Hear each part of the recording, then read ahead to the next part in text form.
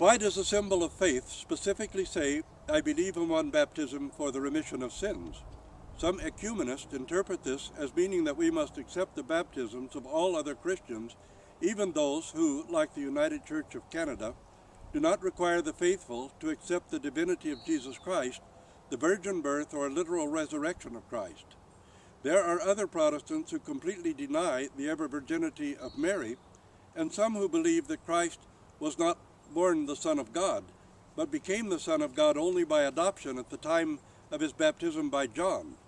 How can we accept the baptisms of such people?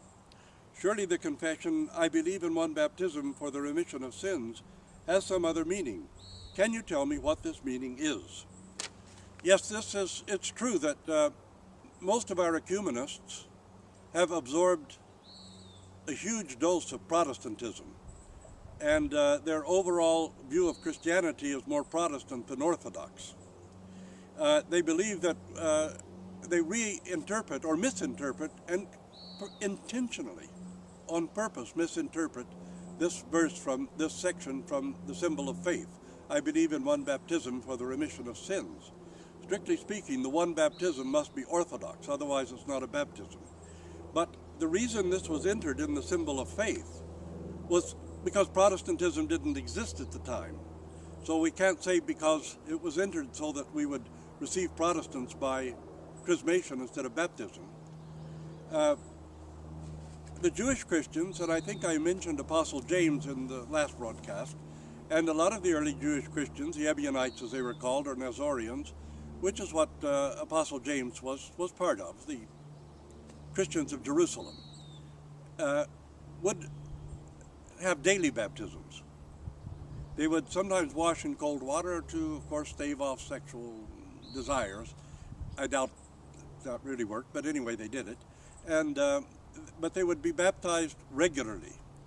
And this developed into a sect that moved from Jerusalem and Jericho into Mesopotamia because they were being persecuted by the local Jewish community and by the Romans. And they became called Mandaean Gnostics. And they were a baptism sect. They would baptize themselves daily for their sins. But in Jerusalem, the early Christians, Jewish Christians, would also sometimes baptize themselves every day for remission of sins, for repentance and remission of sins. Consequently, when the symbol of faith was drawn up, you're baptized once for the remission of sins, and that baptism carries you through your life, and you extend that through confession and repentance. So repentance then takes the place of the daily baptism for the remission of sins. That's why this line is in the symbol of faith, to say that no, the early Semitic Christians, this daily baptism or regular baptism for the remission of sins was completely unnecessary. It was only one time. It did not mean that you were to accept the baptisms of heretics just across the board, even those who confess Christ. So there was a very clear pattern of whose baptisms were not accepted. They never accepted Arian baptisms, but they would chrismate Arians because they were baptized by triple immersion, and they would say their baptism is not a baptism, but we sanctify the form through chrismation. Only if they were baptized by triple immersion. And otherwise, even those baptisms were simply not accepted. But that we have to accept the baptism of heretical Christians who deny the resurrection and divinity of Jesus Christ. What are they baptized into in that case? What are they baptized in the name of in that case? And, if a woman priest in the Anglican Church, consecrated by a woman bishop, baptizes, do we accept the validity of the holy mysteries of an Anglican female bishop and an Anglican female priest? But that's precisely what happens when we apply this statement for the symbol of faith in such a manner. And ecumenists, of course, do accept the grace and mysteries of female bishops and female priests of the Anglican Church because they accept their baptisms. And that means they accept that they have complete grace, that they can impart the grace of the mystery of baptism. So we don't baptize those who were sprinkled by female bishops, even chrismated by female bishops, and baptized by female priests. Therefore, female bishops and female priests do have grace, and it would be acceptable to have them in the Orthodox Church if female bishops and priests bear the full grace to perform the holy mysteries of Christ. Where did the custom of monastics not eating meat came from?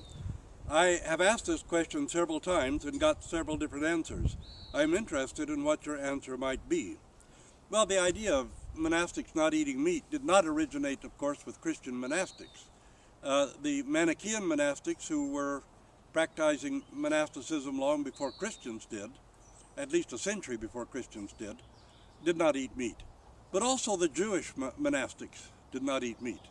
The Essenes and the other anchorites of Judaism, and perhaps even those Stoic anchorites who had gone into the desert long before Christians had, did not eat meat. Now, the main reason for that was that they would not eat anything that had been killed. Many of them also would not eat fish, because it was something that had been slain or killed and their blood shed.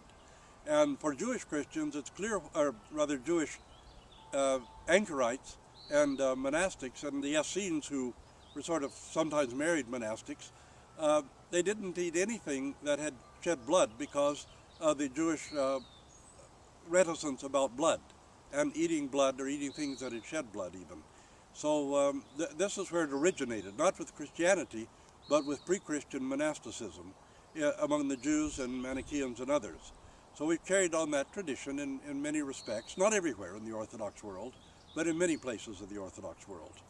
It's also a matter of doing away with this kind of luxury. To tell you the truth, in our day, I think it's wise, just from an economic point of view, not to eat meat because it's quite expensive. We also know that red meat especially contributes to cancer, heart disease, and other illnesses. So that even for those who eat meat occasionally, should be no more than once or twice a week and in very small quantities. So there was something very positive and very within some kind of deep understanding about eating red meat, because of course the Jews would never have eaten pork, but it probably had some kind of observable empirical value to health, but really it had to do with the shedding of blood. Let's see, how did monasticism actually begin? I read that there were other forms of monasticism before St. Anthony the Great went into the desert. Well, in a way we just answered that, but I would like to add that women's monasticism existed before men's monasticism. In the life of St. Anthony the Great, we find that because he and his sister were orphans, and he was looking after his sister, before he went into the desert, he left her with a group of women's monks. So the women were first, and mostly among the widows, who wanted to get together and do good works, and as like Dorcas, to sew coats and things for the poor, and really to have an outreach to the poor, and to do some useful kind of outreach and work, and to get together and pray. So women actually formed Christian monasticism before St. Anthony the Great and the men had done so.